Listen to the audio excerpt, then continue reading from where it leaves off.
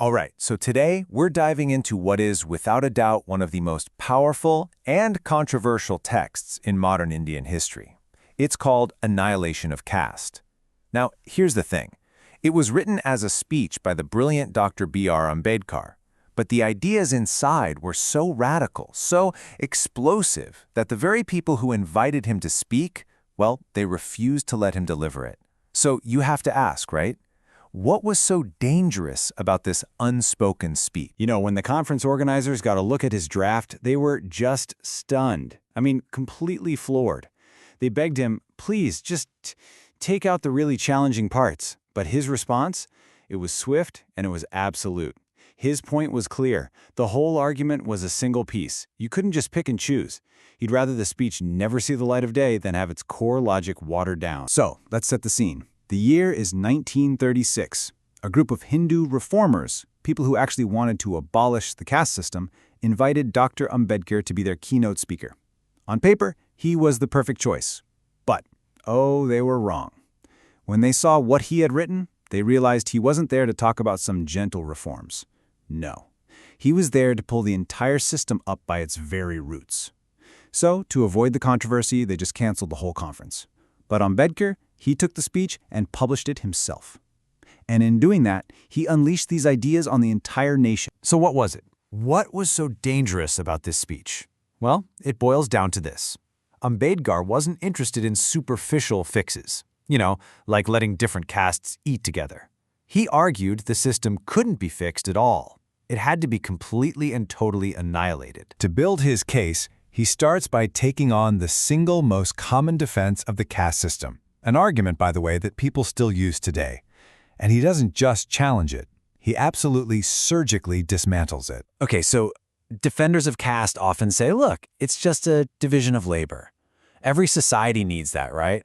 But Ambedkar's rebuttal here is brilliant. He says, no, no, no. A division of labor is voluntary. It's based on your aptitude, your choice. Caste, he argues, is a division of laborers. See the difference? It doesn't just sort jobs. It sorts people into what he calls watertight compartments from the moment they're born. And there's no escape. You're trapped, no matter your talent, no matter your passion. And that's not just a violation of freedom. It's also just economically disastrous. And this brings us to what might be his most powerful insight, a concept he calls graded inequality. He argues the system isn't just a simple pyramid. It's more like a ladder of contempt. Every single caste is given another caste to look down on below it, while at the same time envying the one above it. And here's the absolute genius of this trap. It makes sure that the oppressed can never, ever unite. They're all too busy jockeying for position within the hierarchy to ever think about tearing the whole thing down. The system, in a way, brilliantly polices itself. But what about the big counter-argument? You had a lot of reformers at the time saying, hey, the real problem isn't the original Varna system, it's the modern corrupted version, caste. So their solution was, let's just go back to the ideal Varna. Ambedkar takes this argument head-on. And this was the big question, right? Couldn't society just go back to the four original Varnas, but instead of basing them on birth, based them on a person's individual merit? It sounds pretty reasonable on the surface, but Ambedkar saw this idea as a really dangerous fantasy. His response is to go straight to the source texts.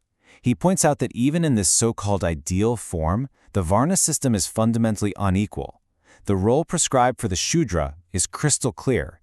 Your job is to serve the other three. You are systematically denied education, denied wealth, even denied the right to defend yourself. And so he poses this just devastating question. What person with any shred of self-respect would willingly choose to be part of a system that condemns them to permanent servitude? And this leads him to a staggering conclusion. Varna isn't the cure for the disease of caste. It's the philosophical parent. It's the original blueprint for a society that's built on a sacred hierarchy. So if you praise the Varna system, you're not solving the problem. You're basically watering the very root from which caste grows. So if reform is useless and going back to an ideal past is a trap, where do you go? After dismantling every other option, Ambedkar finally reveals his own solution. And believe me, it's as radical as the title of his speech suggests. The cure he proposes is, on the surface, incredibly simple, but in reality, it's revolutionary. He declares that there is only one way to truly destroy caste.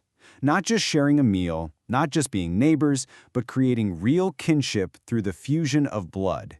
Inter-caste marriage. He calls it dynamite, for a very specific reason. Think about it. The fortress of caste is built on one single rule that keeps it going, generation after generation. Endogamy. Marrying only within your own group. Inter-caste marriage is the one thing that directly attacks that foundation. It creates real, familial bonds where there was only separation. It is, as he says, the only thing that can actually blow up the fortress. But this, of course, raises the most important question of all. If intercaste marriage really is the dynamite, why is the fortress of caste still standing? Why is this one solution so incredibly hard to achieve? The answer, as Ambedkar argues it, isn't just about social customs or family pressure, as powerful as those are. The real root of the problem, he says, lies somewhere much, much deeper and much more powerful. His answer is completely unequivocal. Caste hangs on with such unbreakable force because it's not just a social custom, he says it's a religious doctrine. It gets its immense power, its moral legitimacy, directly from the divine authority of the Hindu Shastras, the sacred texts themselves. And this right here, this is the line, this is the argument that got the entire conference canceled. Ambedkar's logic is just devastatingly direct. As long as people hold these scriptures as sacred, as infallible, they will continue to believe in the sanctity of caste. Therefore, if you really want to break caste, you first have to have the courage to battle the Shastras and to confront the religion that gives them their power. But Ambedkar's project was never just about tearing things down. That's a common misconception. In the final part of his speech, he lays out his vision for what should be built in caste's place. He's talking about an entirely new foundation for society. He argued that any society actually worth living in has to be built on three core principles: liberty, equality, and fraternity. And for him, fraternity, that feeling of shared kinship, of being one people, that was the most important of all. It's the social glue that actually holds a nation together. And caste, by its very design, is the ultimate acid that dissolves that glue. And so this unspoken speech leaves us all with a really stark choice. And it's one that is just as relevant today as it was back in 1936. It forces us to weigh the value of preserving a sacred tradition against the moral demand for a society built on a new foundation. And it makes us ask ourselves, then and now, what is the real price of true equality?